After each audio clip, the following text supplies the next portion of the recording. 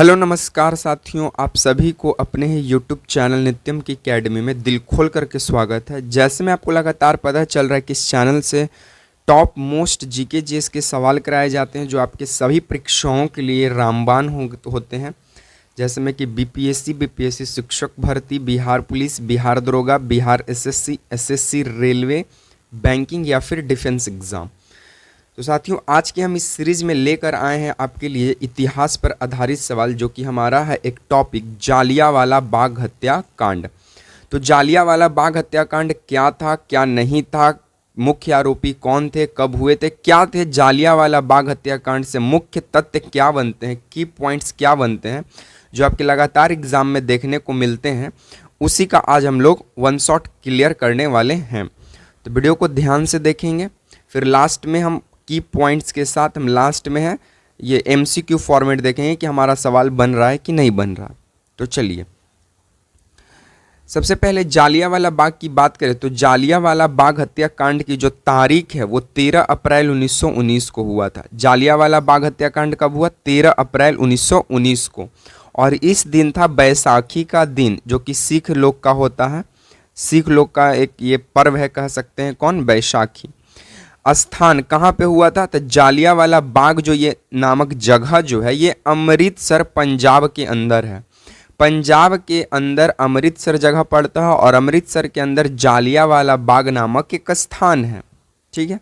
मुख्य इसमें अपराधी जो हैं वो ब्रिगेडियर जनरल रेजिनाल्ड डायर होते हैं, जिनको मेनली हम लोग जनरल डायर भी कहते हैं। ठीक है। ये मुख्य अपराधी होते हैं। गोली चलाने का जो काम है जालियांवाला बाग में यही व्यक्ति करते हैं।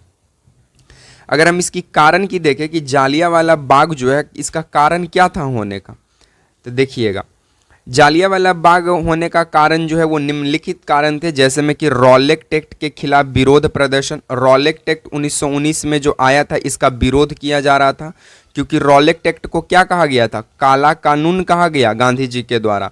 और रॉलेट एक्ट को जो है बिना वकील, बिना दलील, बिना अपील, सिर्फ शक के आधार पर, किस चीज के आधार पर? शक के आधार पर जो है किसी भी भारतीयों को गिरफ्तार किया जा सकता है। तो ये खतरनाक एक नियम ला दिया था।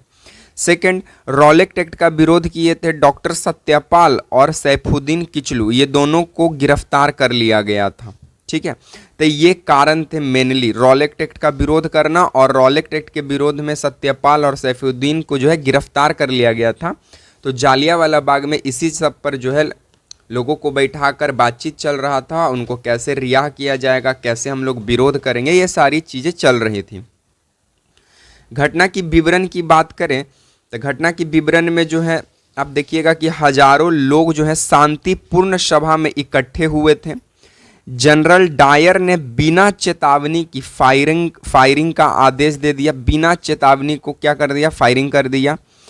करीब 1650 गोलियां चलाई गई थी। करीबन 1650 गोलियां चलाई गई उन निहत्थे लोगों पर। सरकारी आंकड़े के अगर मुताबिक देखें तो 379 लोगों की मृत्यु हुई है। ये सरकारी रिपोर्ट बता रहा है, हंटर आयोग वाला सरकारी रिपोर्ट ही बता रहा है। ठीक है। चलिए इसके आगे की बात करें, लेकिन अगर अनुमानित वास्तविक देखा जाए, अनुमानित वास्तविक संख्या देखा जाए तो 1000 लोग जो हैं थे।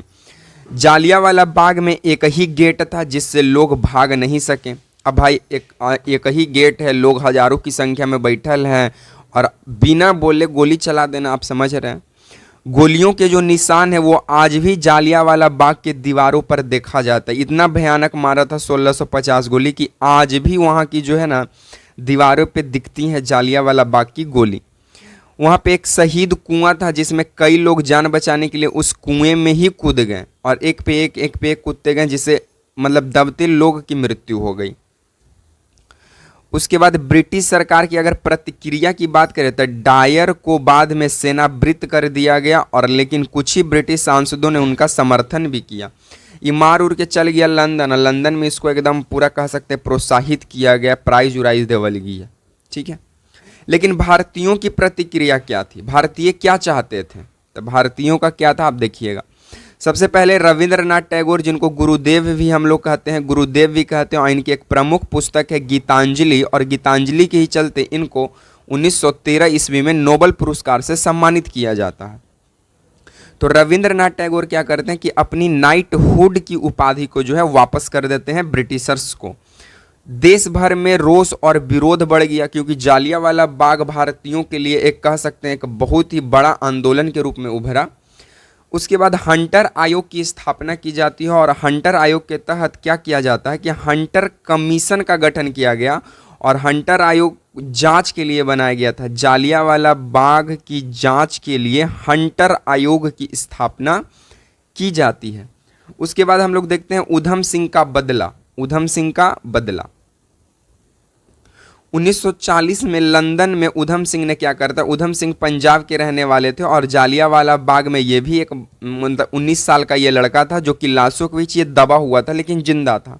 इसने सारी घटनाओं को देखा और जो जनरल डायर के सहयोगी थे माइकल ओ डायर, उनको गोली मार के हत्या कर देता है लंदन में 1940 में। ठीक है, और जनरल डायर का तब मृत्यु मलेरिया की वजह से हो जाता है। मलेरिया की वजह से जनरल डायर की मृत्यु हो जाती है। जब ये मार देते हैं 1940 में लंदन में उधम सिंह को, तो इनको फिर फांसी की सजा दी जाती है और इस प्रकार पूरे देश को ये संदेश देते हैं कि अगर आपके देश में कोई अगर जाकर मारता है तो कोई ऐसा भी व्यक्ति है जो उसी को देश में उसी को मार भी सकता है। चलिए अब हम इससे रिलेटेड जालियांवाला बाग का जो भी इंपॉर्टेंट फैक्ट्स बन सकते थे वो अब हम देख लिए। अब हम इससे इंपॉर्टेंट टॉप मोस्ट 10 MCQ देखेंगे कि प्रश्न बनता है कि नहीं। तो सबसे पहला सवाल आपके MCQ फॉर्मेट से यही लिया गया है जो कि बिहार पुलिस में पूछा गया था कि जालियांवाला बाग हत्याकांड कब हुआ था। 15 अगस्त 1947, 13 अप्रैल 1919, 23 मार्च 1931, 26 जनवरी 1950। तो जालियांवाला बाग हत्याकांड जो है 13 अप्रैल 1919 ईस्वी को होता है। 13 अप्रैल 1919 ईस्वी को। तो इस प्रश्न का right answer option number B सही होगा। नेक्स्ट बोलता है कि जालियांवाला बाग हत्याकांड किस शहर में हुआ था। तो जालियांवाला बाग हत्याकांड जो है पंजाब में हुआ था। पंजाब राज्य के अंतर्गत अमृतसर जगह पर, अमृतसर जगह पर, और अमृतसर में ही स्थित है गोल्डन टेम्पल। गोल्डन टेम्पल जिसे हिंदी में स्वर्ण मंदिर कहा जाता है, जो कि सिखों का एक महत्वपूर्ण मंदिर है। तो जालियांवाला बाग हत्याकांड किस शहर में हुआ था, तो अमृतसर में हुआ था। तो इस प्रश्न का right answer option number C होगा। नेक्स्ट बोलता है कि जालियांवाला बाग हत्याकांड के समय किसने गोली चलाने का आदेश दिया था। Michael O'Dwyer, Lord Curzon, General Dyer, Lord Mountbatten. तो जालियांवाला बाग हत्याकांड के समय गोली चलाने का आदेश जनरल डायर देता है। तो इस प्रश्न का राइट आंसर साथियों ऑप्शन नंबर सी होगा। नेक्स्ट बोलता है कि किस भारतीय नेता ने जालियांवाला बाग की घटना के विरोध में नाइटहुड का उपाधि लौटा दी। तो नाइटहुड का उपाधि लौटाने वाले थे गुरुदेव जी, रविंद्रनाथ टैगोर। तो इस प्रश्न का भी right answer option number C ही सही होगा। नेक्स्ट बोलता है कि जालियांवाला बाग हत्याकांड के विरोध में किसने माइकल ओ डायर की हत्या की थी। तो माइकल ओ डायर की हत्या 1940 में लंदन जाकर किसने कर दी, तो लंदन जाकर कर दिए थे उधम सिंह। तो इस प्रश्न का right answer option number D होगा। नेक्स्ट,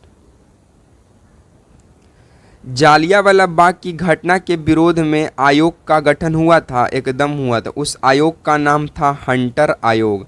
जालियांवाला बाग की जांच के लिए किस समिति आया था, हंटर समिति या हंटर आयोग आया था। हत्याकांड के समय पंजाब का लेफ्टिनेंट गवर्नर कौन था। तो हत्याकांड के समय पंजाब का lieutenant governor Michael O'Dwyer थे। कौन थे, माइकल ओ डायर। तो इस प्रश्न का right answer option number B होगा।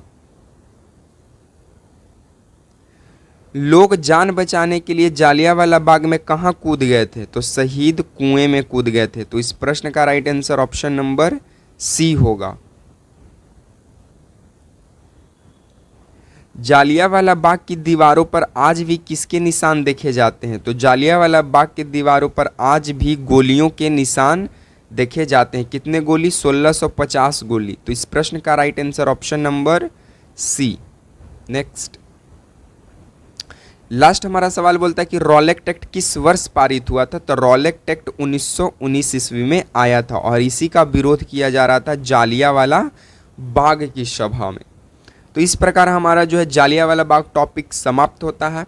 नेक्स्ट इतिहास के किस टॉपिक पर वीडियो चाहिए कमेंट बॉक्स में कमेंट करेंगे। बाकी वीडियो को देखने के लिए जय हिंद। तब तक के लिए आप लोग पढ़ते रहिए, स्वस्थ रहिए, मस्त रहिए। मिलेंगे इसी तरह के सीरीज के साथ नेक्स्ट वीडियो में।